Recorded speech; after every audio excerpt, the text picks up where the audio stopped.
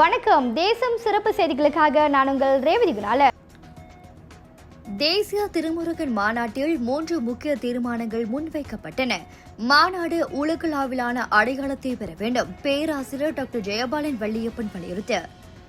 பேரா மாநிலத்தின் கள்ளுமலை ஸ்ரீ சுப்பிரமணியர் ஆலயத்தில் தேசிய திருமுருகன் மாநாடு சிறப்பாக நடைபெற்றது.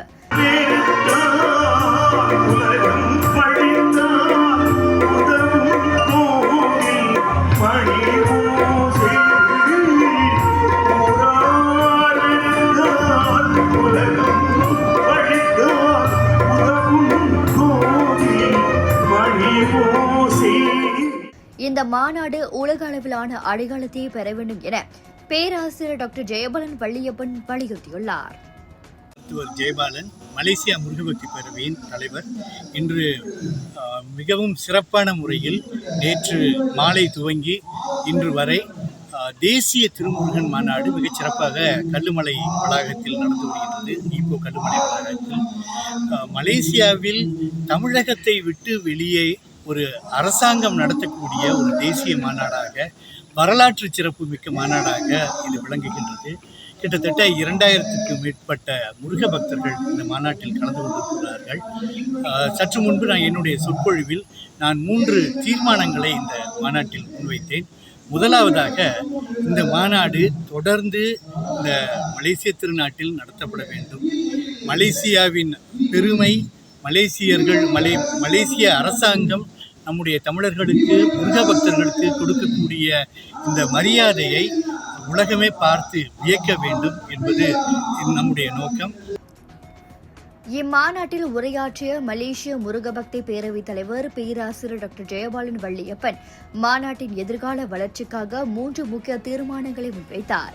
இந்த மாநாடு ஜூலை 25 சனிக்கிழமை மாலை தொடங்கி நடைபெற்ற நிலையில் ஜூலை 26 ஞாயிற்றுக்கிழமை காலை 2வது நாளாக தொடர்ந்தது.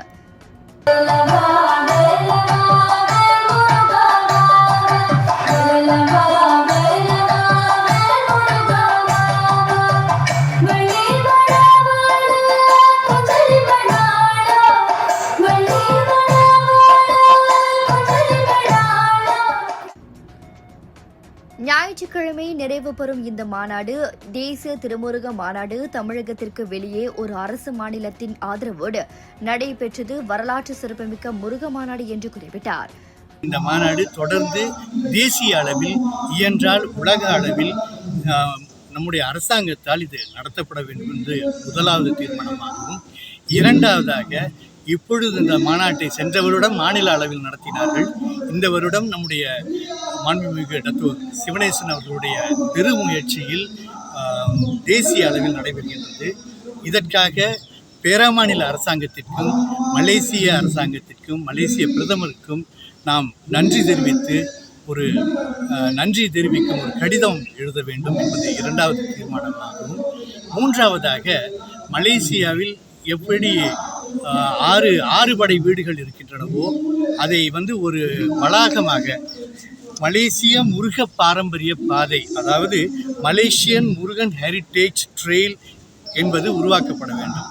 இதன் மூலம் மலேசியாவுக்கு சுற்றுலா வரும் பயணிகள் எல்லா முருகன் ஆலயங்களும் ஒரு சேர, உதாரணத்திற்கு தண்ணீர்மலை, பத்துமலை மற்றும் இங்கே ஈப்போவில் உள்ள கல்லுமலை, மாரான் மரத்தாண்டவர் கோயில், சன்னாசி ஆண்டவர் கோயில், இப்படி ஆலயங்களை, புகழ்பெற்ற முருகன் ஆலயங்களை தேர்ந்தெடுத்து அந்த ஆலயங்கள் எல்லாம் ஒருங்கிணைக்கப்பட்டு அதை ஒரு ஹெரிட்டேஜ் ட்ரெயிலாக நம்முடைய அரசாங்கம் அறிவித்து அதற்கான ஒரு திட்டத்தை நீண்டகால திட்டத்தை கொண்டு வர வேண்டும் என்பதை மூன்றாவது தீர்மானமாகவும் நான் முன்வைத்திருக்கின்றேன்.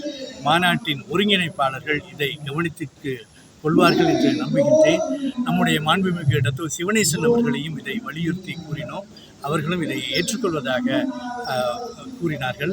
ஆகவே இந்த மாநாடு மிகச் சிறப்பாக, அதாவது முத்தமிழும் முருக பக்தியும் கலக்கக்கூடிய ஒரு மாநாடாக, முருகனை முத்தமிழால், இசையால், நாட்டியத்தால், இயலால் போற்றக்கூடிய, வழிபடக்கூடிய ஒரு மாநாடாக விளங்குகின்றது. முருக பக்தர்களுக்கு ஒரு தெளிவு கொடுக்கக்கூடிய மாநாடாக விளங்குகின்றது. முதல் தீர்மானமாக இந்த மாநாடு இனி தொடர்ந்து தேசிய அளவிலும் பின்னர் உலக அளவிலும் மலேசிய அரசாங்கத்தின் ஆதரவோடு நடத்தப்பட வேண்டும். இதன் மூலம் மலேசியாவின் பன்முக கலாச்சார பெருமையும் தமிழர் பாரம்பரியம் மதிக்கும் அரசாங்கத்தின் அணுகுமுறையும் உலக நாடுகளுக்கு எடுத்துக்காட்ட முடியும்.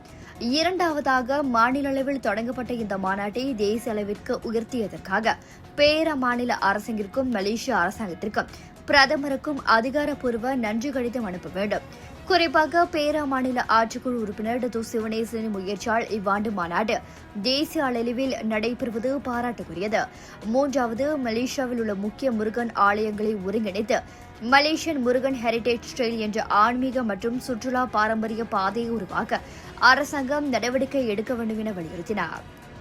இன்னொரு முக்கியமான விஷயம், இந்த மாநாட்டில் நிறைய இளைஞர்கள் பங்கு கொள்வதை நான் பார்க்க முடிகிறது. இளைஞர்களுக்கு இதனால் நிறைய பேர் இன்றைய காலத்தில், இன்னும் சொல்ல போனால் இது கலியுகம், முருக யுகம் என்று சொல்கின்றார்கள். முருகனை போற்றக்கூடிய ஒரு இளைஞர்கள், ஒரு சமுதாயம் இன்றைக்கு வளர்வதை நான் பார்க்கின்றோம். ஆகவே இந்த மாநாடு முருக பக்தர்களுக்கு மட்டுமல்ல, பொதுவாகவே ஒரு தமிழ் சமுதாயத்திற்கு இதனால் தமிழை படிக்கக்கூடியவர்கள் அதிகமாக வளர்வார்கள் என்று நம்புகின்றோம். இது தொடர்ந்து நடத்தப்பட வேண்டும். இதற்கு காரணமாக அமைந்துள்ள நம்முடைய மாண்புமிகு டு சிவனேசன் அவர்களுக்கு இந்த வேளையில் மலேசிய முருகபக்தி பேரவையின் சார்பில் என்னுடைய மனமார்ந்த நன்றியை கூறிக்கொண்டு, பேரா மாநில அரசுக்கும் நம்முடைய நன்றியை கூறிக்கொண்டு நிறைவு செய்கின்றேன். நன்றி, வணக்கம். பத்துமலை, கள்ளுமலை, தண்ணீர்மலை, மாறன் மரத்தாண்டவர், சன்னாசி ஆண்டவர் ஆலயம் உள்ளிட்ட முக்கிய முருகன் திருத்தலங்களை இணைக்கும் இந்த பாரம்பரிய பாதை உருவானால் உலகம் முழுவதும் இருந்து வரும் சுற்றுலா பயணிகளுக்கும் பக்தர்களுக்கும் பெரும் பயனளிக்கும். மாநாட்டில் ஏராளமான இளைஞர்கள் ஆர்வத்தோடு பங்கேற்றது மகிழ்ச்சி அளிப்பதாகவும், எதிர்கால தலைமுறைகளிடம் தமிழும் முருக பக்தியும் வலுப்பெறுவதற்கான சிறந்த அடித்தளமாக அமையும் எனவும் அவர் குறிப்பிட்டார். கலியுகம் முருக யுகமாக மாறுகிறது என்று கூறப்படும் இந்த காலகட்டத்தில் முருகனை போற்றும் இளைஞர் சமுதாயம் உருவாகி வருவதை இந்த மாநாடு வெளிப்படுத்துகிறது. எனவே இந்த மாநாடு முருக பக்தர்களுக்கு மட்டுமல்ல, ஒட்டுமொத்த தமிழ் சமூகத்திற்கும் பயனளிக்கும் அறிவு மற்றும் பண்பாட்டு மாநாக தொடர்ந்து நடத்தப்படும். இத்துடன் இன்றைய செய்திகள் நிறைவடைகின்றன. மேலும் பல ஆன்மீக செய்திகளை தெரிந்து கொள்ள தேசம் டிவி மலேசியா யூடியூப், டிக்டாக் மற்றும் இதர சமூக வலைதளங்களை பின்தொடருங்கள். உங்களிடமிருந்து விடைபெறுவது நான் உங்கள் ரேவதி குணாளன். மக்களோடு தேசம், தேசத்தோடு மக்கள். நன்றி, வணக்கம்.